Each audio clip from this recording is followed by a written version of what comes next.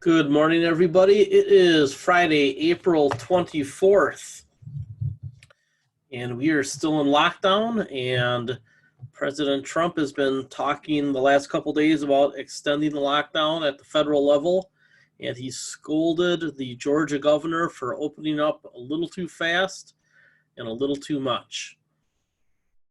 Who does that sound like? He must have gotten my note.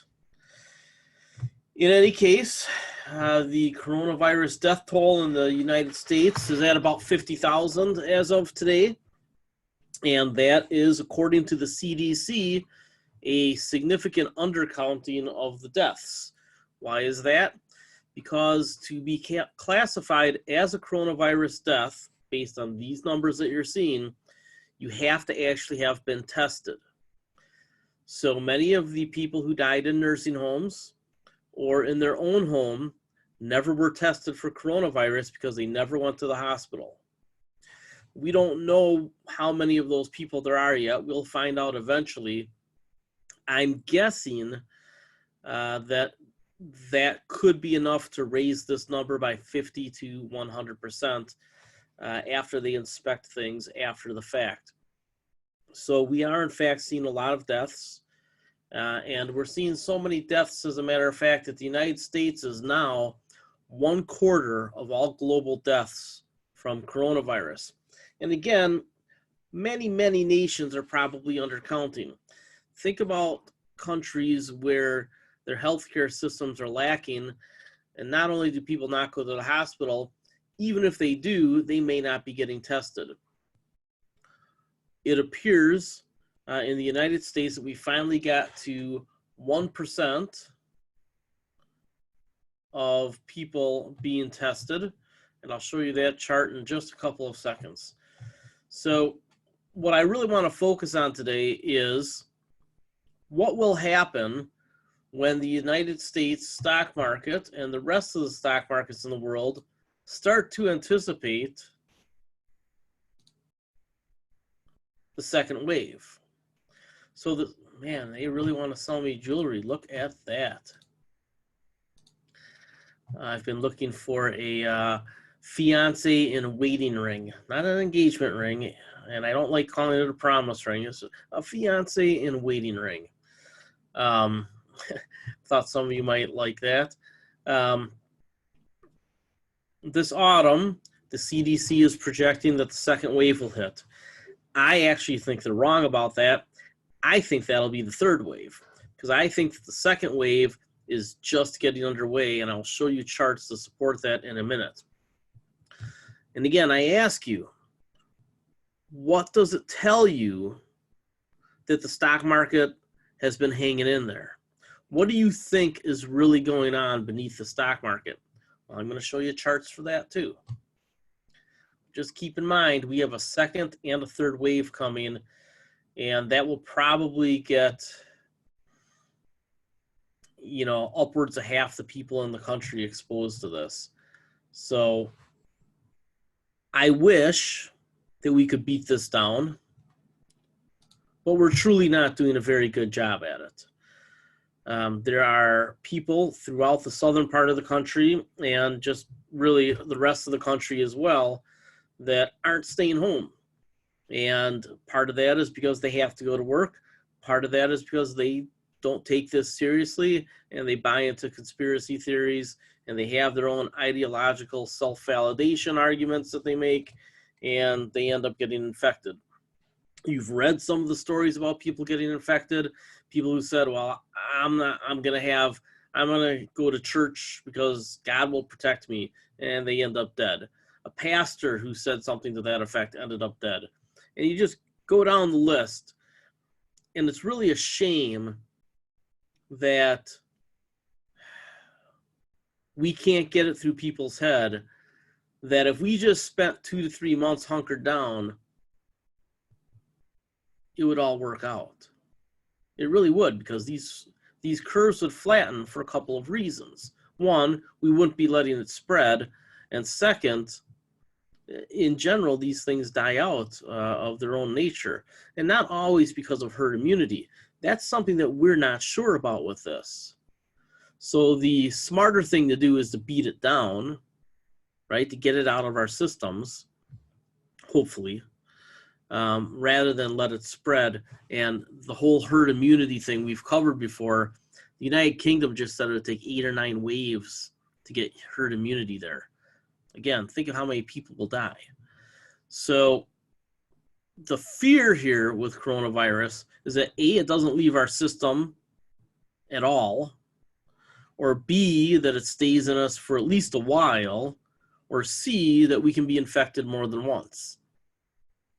Now, I think that the best thing would be if it just stayed in our system for a while, created antibodies, and then we wouldn't get it again.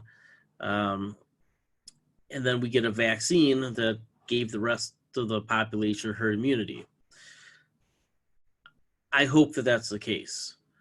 What I'm afraid of is that this virus stays in you forever, like other viruses, like herpes, like HIV, and that it requires ongoing medication.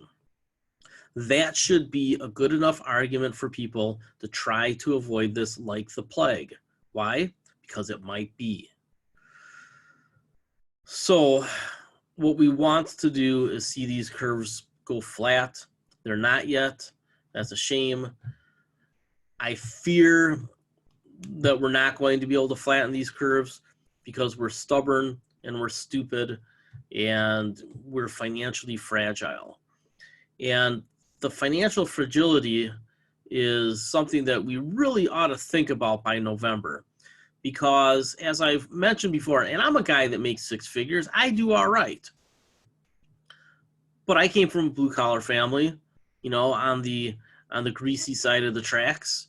And I know that wealth inequality is so overwhelming for over half the households in this country, and it's really pushing 80%. There's 80% of the people, don't have money saved for next month's bills. So what do we do about that? One thing that I would just throw out there is that you need to consider, right? Throw out any ideology you have here. Just consider that half of the money in the country is in the hands of 1% of the people, and that 1% of the people control 70% of all productive assets, companies, real estate, things like that. Is that the nature of a meritocracy? Is that the nature of capitalism? And I would argue that it's not. Hoarding is not part of the system. It's not supposed to be part of the system. If you've read any of the economic texts on capitalism, you pick whoever you want. Hoarding is not supposed to be part of the system because it ends up destroying capitalism. Our remedy for that has been to print more and more and more money. Well, just let people hoard and we'll print more money. And there's a little bit of logic behind that because the hoarded money really never finds its way back into the economy. So when I talk about just print $40 trillion to fix everything, it's because all you're doing is devaluing the currency of the people who have all the money. So rather than taxing them, devalue their assets. And then that leaves about 20% of us who aren't rich enough for that to matter, or not to help, we're not so rich that we can go from, $1 million to having purchasing power of $500,000 and not have it hurt us, right? If you got 100 million or $1 billion and your money is suddenly worth half or 30% less, you go, well, that sucks, but I'm still rich. That next 20% of us who are trying to get to the point where we're financially free, where we can have financial freedom, deep devaluation would hurt us. So as investors, we have to think about how do we avoid the depreciation of our money. And this is where the whole Ray Dalio argument of cash is trash comes in. Over the long term, that is absolutely correct. You can't hold a ton of cash long term because it'll devalue over and over and over again. and you will lose your purchasing power. In the short term, when we see a horrible thing coming to the stock market, which seems to be a few times a decade, a few bad things a decade, and then lately it's been one horrible thing per decade. We're in our third horrible thing in 20 years. That's those short-term periods where you park your money in cash for a little while. That's the safest way to get through what we're going through. And I know that a lot of people have FOMO. Oh my God, it rebounded. I'm missing it. Again, I tell you, shut yourself up and look at a chart and look at some numbers, and you'll realize that this rebound has been an illusion. Now, will we set new lows? Again, I don't know, but I know that about 2/3 of this rebound has been an illusion, and I can show you that. So back to coronavirus, we're probably going to get a second wave. We're probably going to get a lot more deaths. I'll show you a couple of charts here. So right now, these are the rolling 3-day averages for deaths across the world. I just picked out some countries. South Korea has flattened out. Europe has started to flatten and started to come down in some places.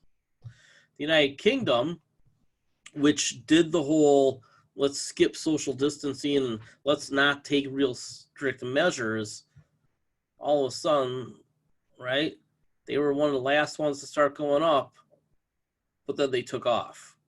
And they have since backed off of what they were doing, which was not much in the way of social distancing. And they've said, we screwed that up. We should have done the social distancing from the start, closed things down, and done the 2 to 3 months of just extreme isolation. Now, in Americans' view of strict isolation and say Sweden is much different. In Sweden, it's some obnoxious number, like 80% of the people live by themselves. I mean, it's a big number. It's over half, probably not 80%, but it's a big number. I just read it.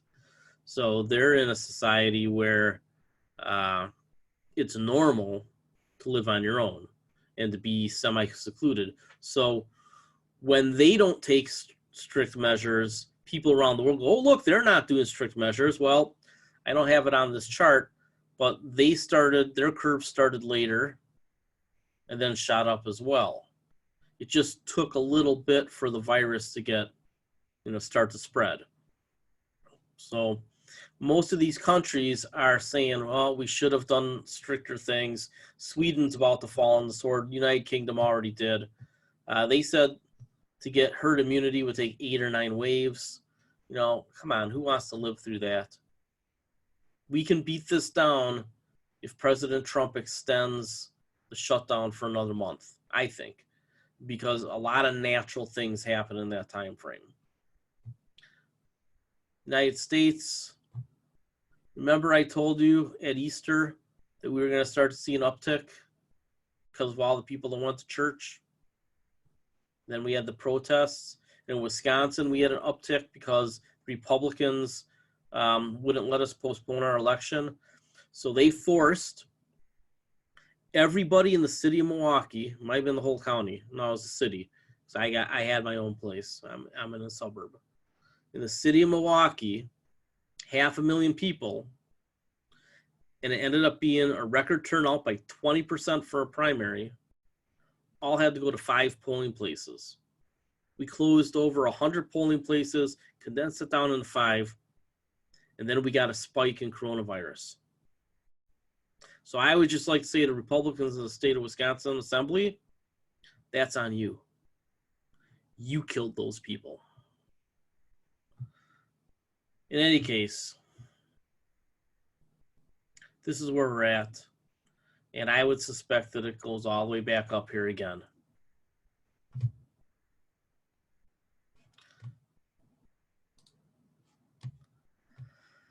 What does that mean to us as investors? And seriously, if you keep asking me, should I get in, should I get in, should I get in, I'm going to start making fun of you. I haven't done it much, but I'm going to start doing it because you need to get your mind right, right? Cool hand Luke, you need to get your mind right.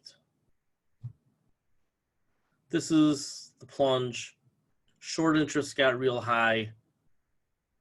Had a short covering. This is actually the shorts taking their profits, covering their positions. And then this was traditional short covering. People not making money, they had to close their positions. Profit taking on the short, had to close their positions. And what have we seen since? Right? Here is the short chart. Shorting spiked as the market came down, and then shorting dropped tremendously. The market went up. You can see how the relationship works. So as shorting goes up, eventually we get to a point where the market tips over, shorting falls, shorting rises again, the market tips over, shorting goes up. And it's not perfect, but it's pretty close. So what have we seen since that initial short rally? Right? What have we seen? For 2 weeks, the market has been in a range. I used my crayon function there. Just chopping around in a trading range that I told you was going to be about 2,700 to about 2,900. And I told you that back in here. I think most of you remember that. When we first got into this range, I told you it's going to be in a range for a while. And then it's going to decide whether to break upward or break downward. If it breaks up, that's just another break from reality. Do you want to bet on something that's not real? If you do, you can trade it. But as I mentioned in the fundamental trends chat, then show me your chart. Don't just ask me, should I do this, should I do that? Show me the chart or give me the idea as you understand it and why you want to do something. Investing takes more work than saying, what should I do? If you're not taking the time to learn some of this, then don't you ever expect to keep up. And you should just hire me or somebody else to manage your money. You need to learn the basic charting. That's why I tell everybody for $30 a month, you can get the super duper turbocharged trading view. If you get nothing else, I think that's the one to get. Unless you get really good at using your brokerage's charting tools, and many of those are very, very good as well. So it just depends on how you want to do things. But you need to learn the basics of the charting. We're only using 5 factors, right? All we're using is relative strength index, money flow index, Chaikin money flow. These are both money flows, right? One is volume weighted. MACD, which everybody uses. And I just added an Elliott wave oscillator that I'm playing with. Because I do some of the Elliott wave charting myself. And then we have another oscillator here, which is 3 moving averages. And when they're very up here, that's positive for the market, and then they come down. And right now, you can see it's in a battle zone. Doesn't want to go one way or the other from the 0 line too much.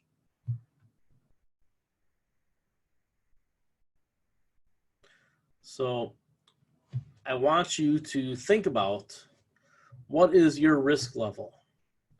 I want you to think about what happens if we get a second wave and it's earlier than people expect.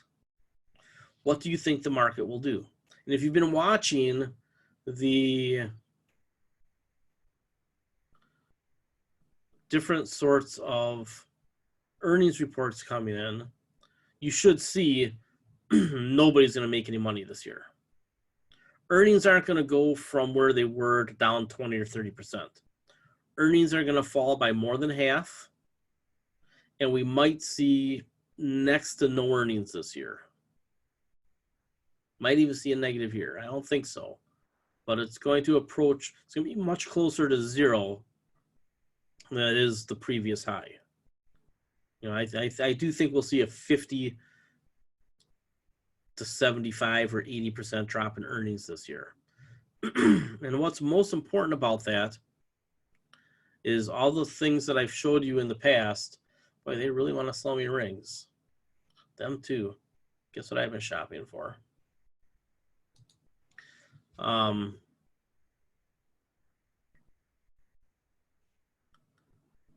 Is that it's not going to come back as fast as people want. There will not be a V-shaped recovery in earnings. We know that half of the buybacks are now canceled or on hold. We also know that that was the number one thing that held the stock market up the last few years. So it's a pretty simple association there. If the buybacks are half gone and earnings are crashing and the economy is not going to come back quickly, and there's a good chance that we get a second wave and that it's already started, and really what it is, it's the continuation of the first wave from the coasts into the rest of the country. That some have accelerated because they have misconceptions or faith about what herd immunity is. The truth is, you know, these are rolling waves.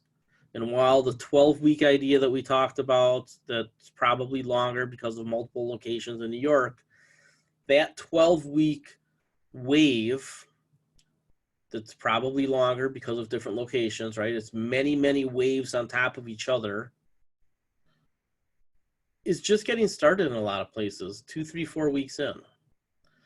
So if we believe that the whole country has to go through the same thing that New York went through, and I think that that's probably a pretty good bet in many parts of the country, because there's parts of the country just not taking this seriously enough, then that means that the same problems that New York faced, and maybe not quite as seriously as New York, because New York is so vertical, right? Much of the rest of the country is not as vertical.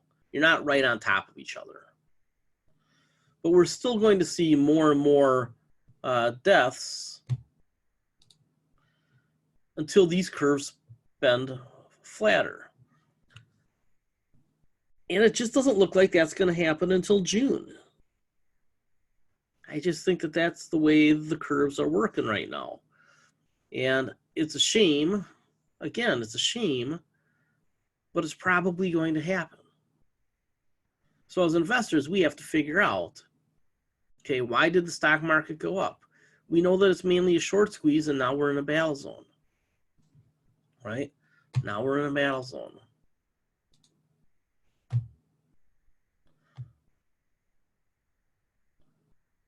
And most of the money from the Fed is going into the bond market. So they're going to devalue currency more and more and more. Showed you the charts the last couple of weeks of the Federal Reserve balance sheet going through the roof. It's in that last article.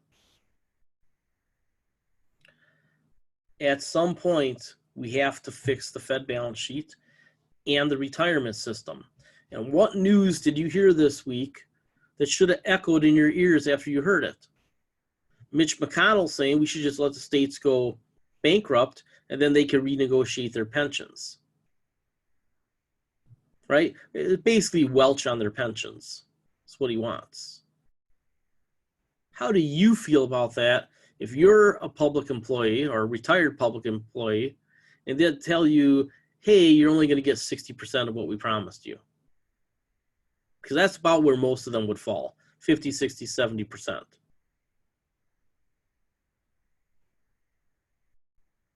Governor of New York talked about, okay, well, let's see what happens to the national economy if New York or Michigan or Illinois or California has to declare bankruptcy.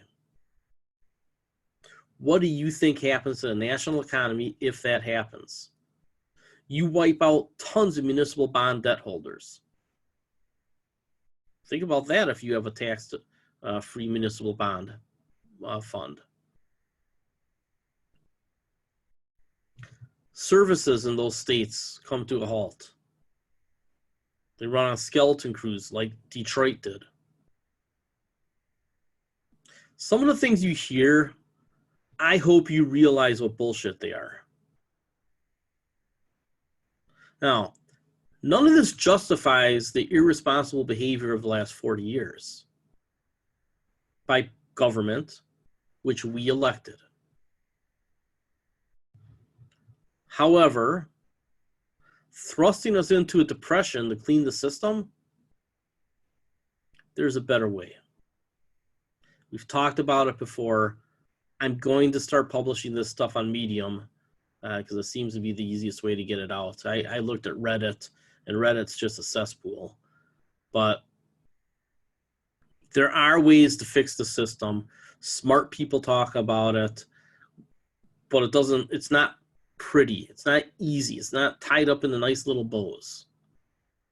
I'm going to try to write in a way that ties it up in the neat little bows. So when you read my articles, I know that one of the things you say to me is, I can understand that. I'm going to try to take complex things in economics and make them understandable. Other people try to do it as well, but it hasn't taken. There are ways to fix things. The United States could print $40 trillion tomorrow, fix everything, and we'd barely get a drop of inflation. Now, if we print money nonstop, though, that destroys confidence.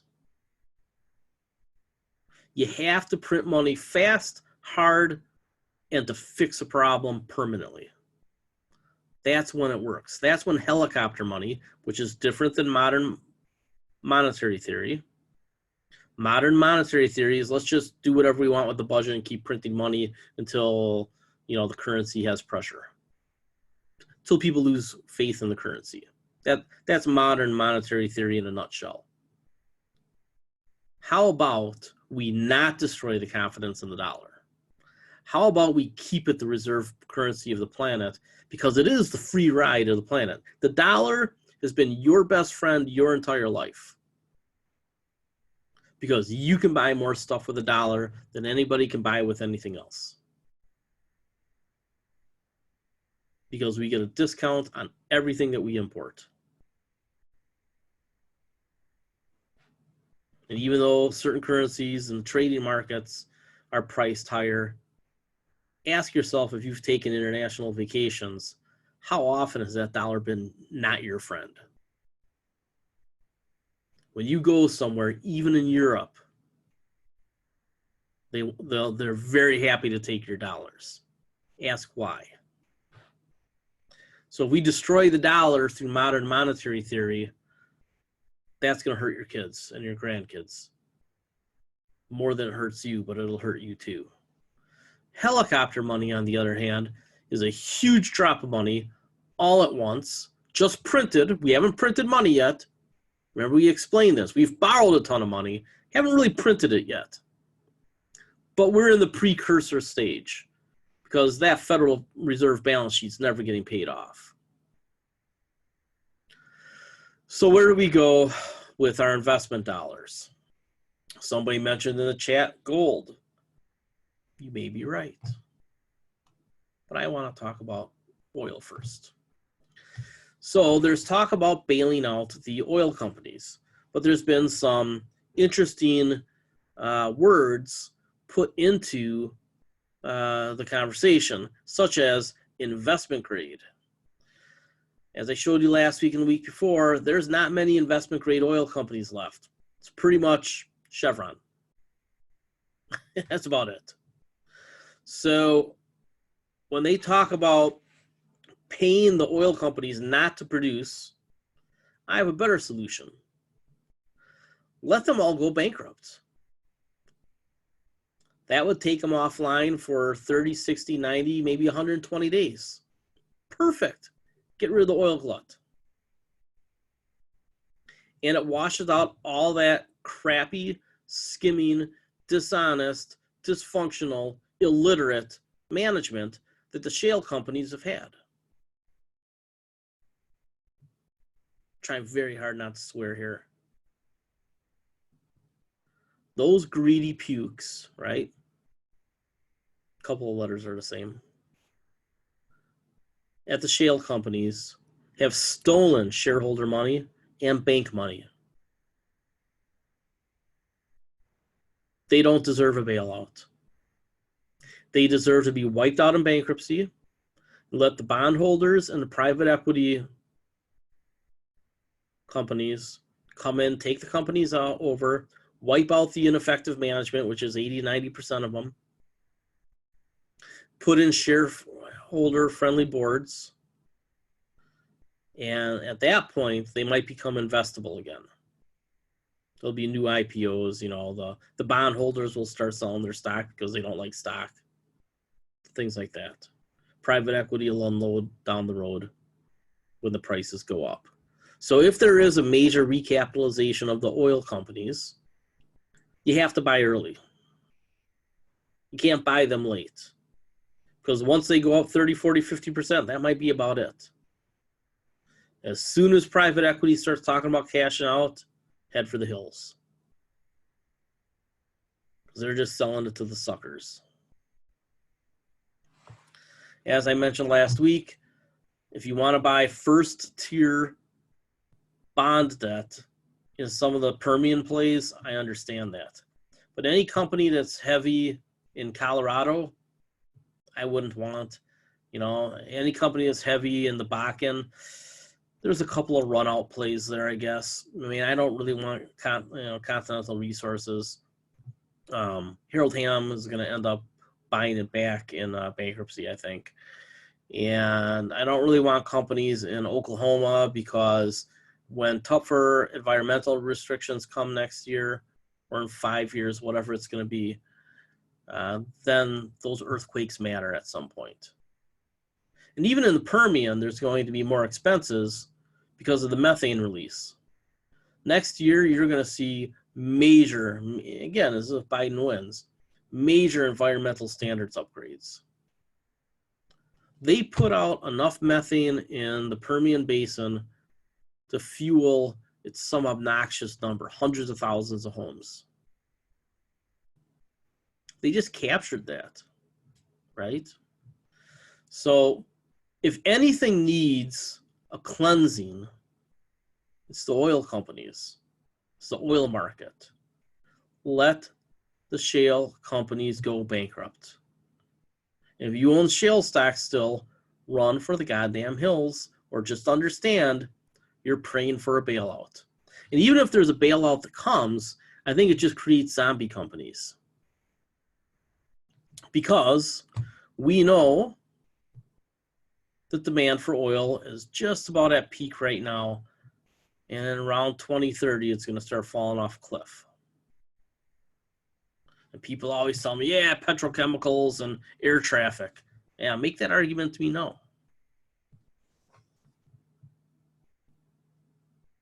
We know the car companies, because they've told us, are going to start focusing on EVs by 2025. And they're going to phase out the ICE vehicles starting in 2026. They've told us. I don't know what more evidence anybody needs the EVs are coming than the car companies told us that. Maybe they lose a year because of coronavirus.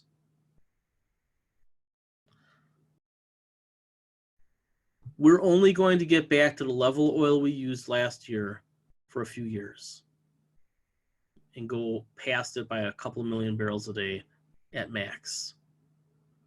We'll probably never get to 105 million barrels a day of oil used. And we were recently at 102. That's it.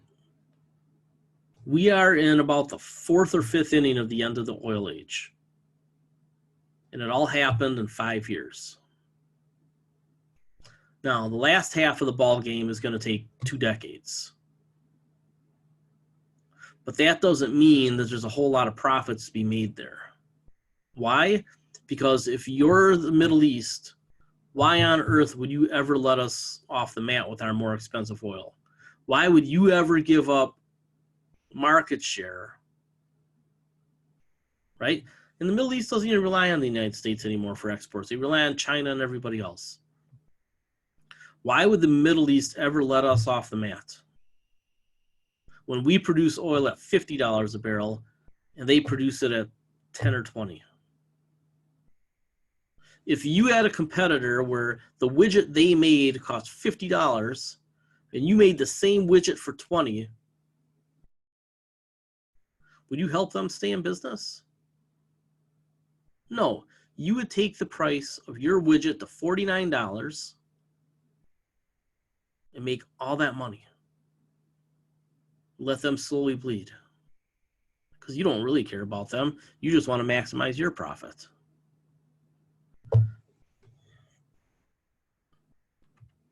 So that's what's coming to oil. We know that sinking oil demand is permanent. We know that it's only going to rebound for a few years. And we know that the glut's going to take at least 2 years to clear, maybe 3 or 4. Which takes us right up to the edge of the EVs hitting the market. How bad are these companies?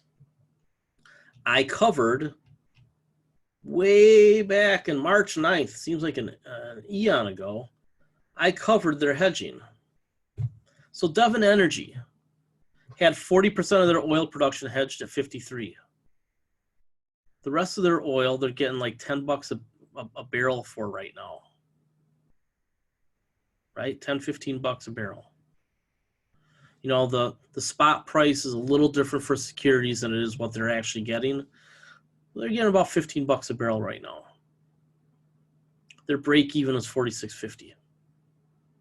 Not hard to figure out that math. Over half of it at 15, under half of it at 53. Just do a quick interpolation. They're averaging $30-something a barrel of what they're taking in. They're getting crushed. Same thing with Occidental. They say they can break even and pay their dividend at $40 a barrel, which is a lie, like everything else that Vicky told us. And they have really no hedges in 2021. And none of these companies really have any hedges in 2021. So what are they going to be able to hedge out for 2021? The forward curve is like $30 a barrel. Even with hedging, they can't break even next year. So they're going to get wiped out this year, and next year they're still going to be losing a ton of money. They need to go to bankruptcy. We don't need to bomb Iran or blow up their ships for, being on the horizon to drive the price of oil up. We don't need to pay these guys not to drill. Let them go through bankruptcy, and the whole system fixes itself. This is the place where Mitch McConnell should be saying, let them go bankrupt. So again, where do we want to invest? I have a few ideas. This is the chart for the oil producers. You don't want to invest there. This includes the majors. You don't want to invest there. Again, the only oil company in the world that I think considering investing in is Total. And if I own a shale play again, it'll probably be Pioneer because they're pretty low debt. Where do I want to invest? Well, let's take a look at gold. Gold is on this nice rally, and it's way above where I'd like to buy it. I'd like to buy it under 140. So this is the actual price of gold.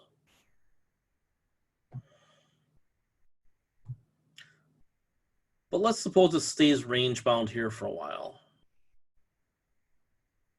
Right?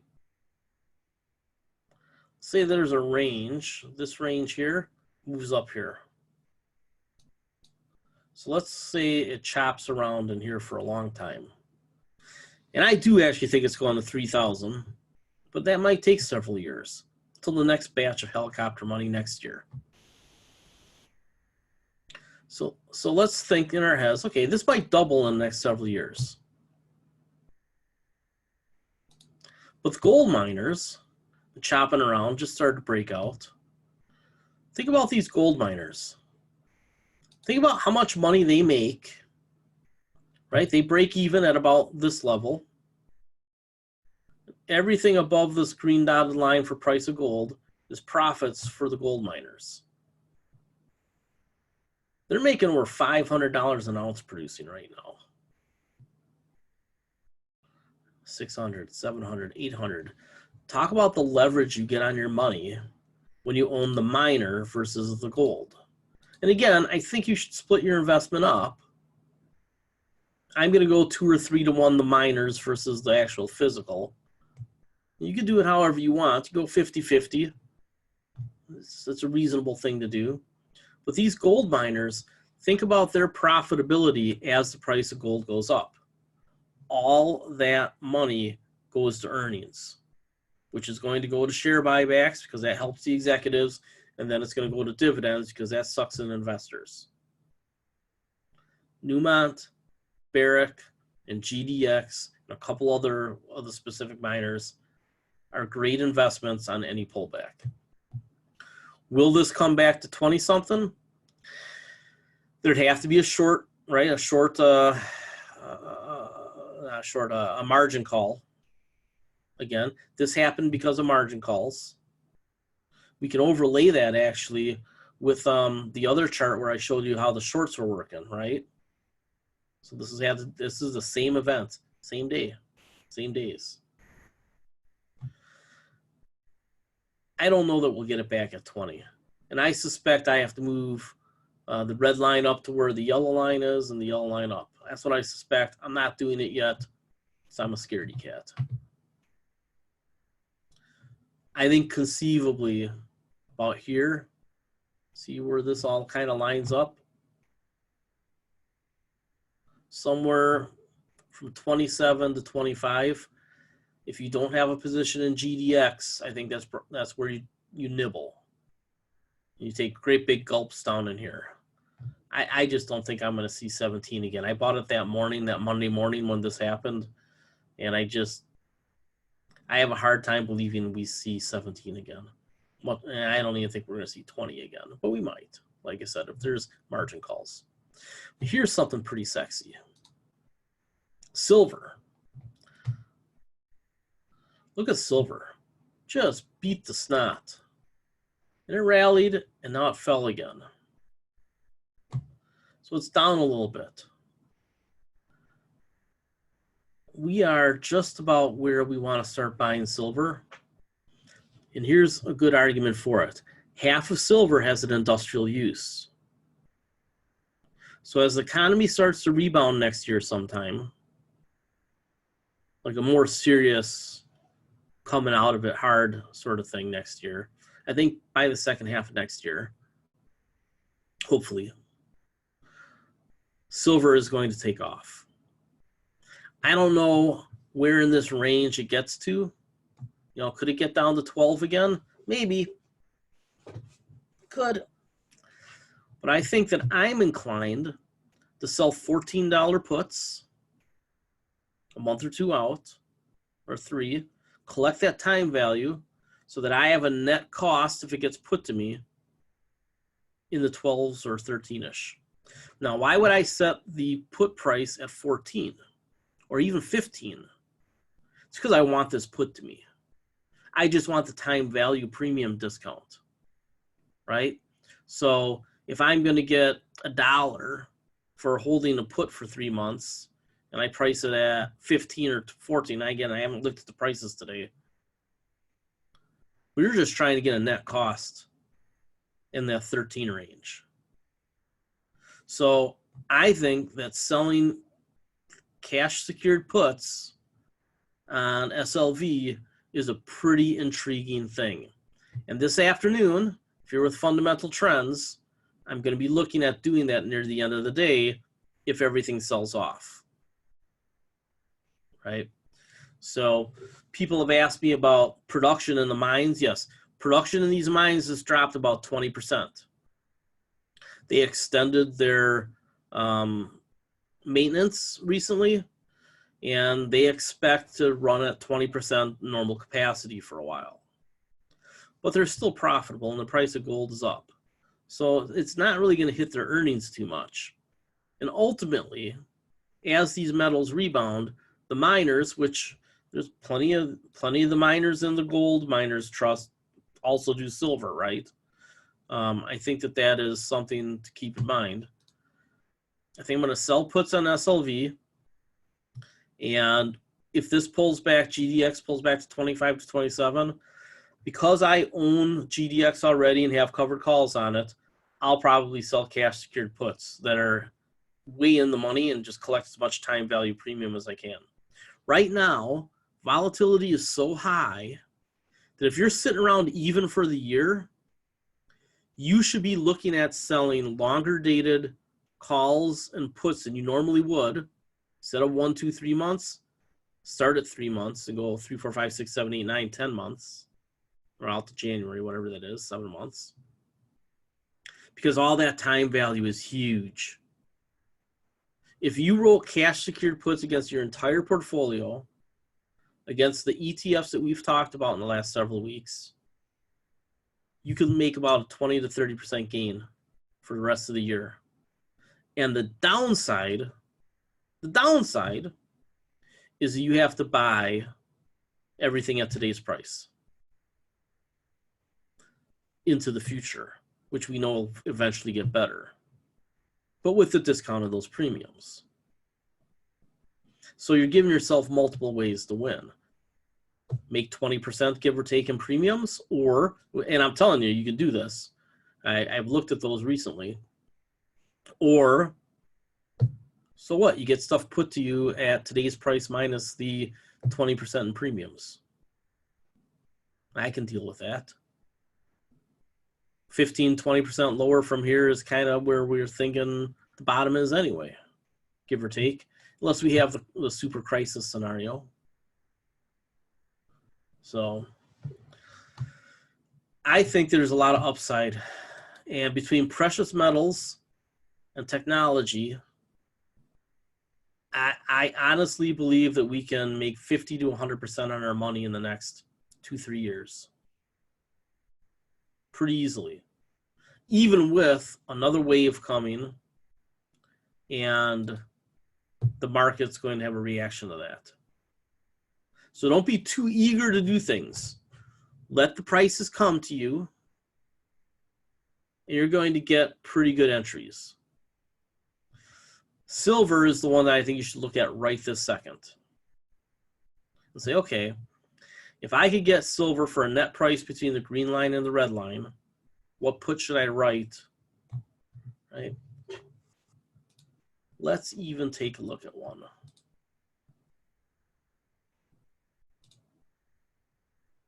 I mean, honestly, Yahoo's awfully good at this. Let's take a look at the September cash secured puts for silver. The 14, you're getting $1.50 for. So that's 12% on your money for May, June, July, August, September, 4 months. Go out to October. Sell the 14, $1.61. That's a little bit more. December, end of December. Almost $2. Right? 1/7. That's like, what was that, 17%? Call it to January 15th. Right? Annualize some of this stuff. So I guess the premiums, this is one of the higher ones. So you're looking at 16, 17, 18% to sell cash secured puts at the end of the year. Would you be okay with 16, 17, 18%? I think most people should, because that's a pretty easy set it and forget it strategy to get through this slog. Now, that doesn't mean invest all your money. It just means start looking for ways to generate these huge premiums so that you can get, either collect the money or, you can wait for the price to get down to 13. It might or might not. But if it does, you buy. The reason you sell the cash secured puts to get that net price and collect the premium today is because we don't know if it's going to get to 13, right? Give yourself 2 ways to win. If any of you are bowlers, there's different ways to play the boards. Play super wide and flirt with the gutter, or play more to the middle and give yourself 2 ways to win, even if it's not quite as pretty. So selling the cash secured puts is a less pretty way of doing things, but it is actually quite elegant when you think about the strategy. I would be looking for ways to sell cash secured puts to autumn. And the reason I say autumn is because it's a bit of game theory here. I think everything is showing that Biden's going to win. And I actually think that he's probably going to get the Senate. I think the down ticket is going to be very heavily Democrat.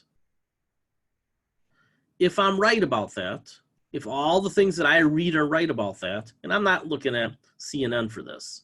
Like I've told you, I have access to some pretty sophisticated stuff. That means that you're going to see the mother of all stimulus plans next year. You're going to want to be positioned in technology, a little bit of aggregates, right? Your fertilizer and your cement, your metals, your precious metals, right? And anybody doesn't really understand the whole fertilizer argument, take a look at what is happening to the food supply right now. You realize that we're going to have a meat shortage in about a month. So if your freezer isn't full, fill it, and double check to make sure that you didn't get any meat from one of the contaminated meat processing plants. I suspect there's going to be callbacks any minute now if they haven't already happened. So just a couple questions. People are asking about certain stocks.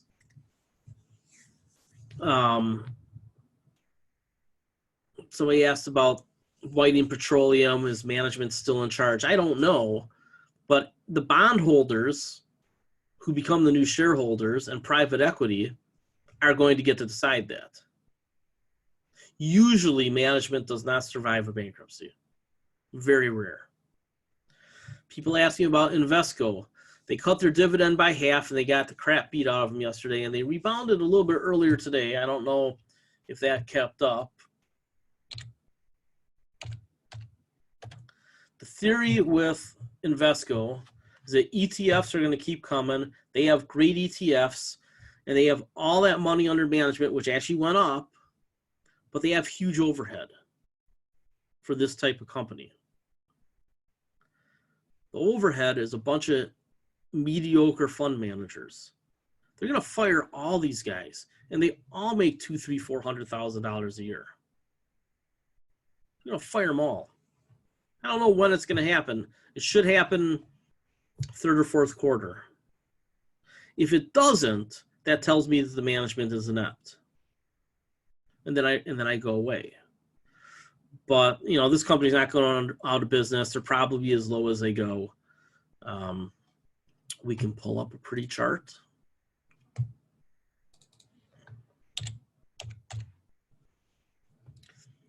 People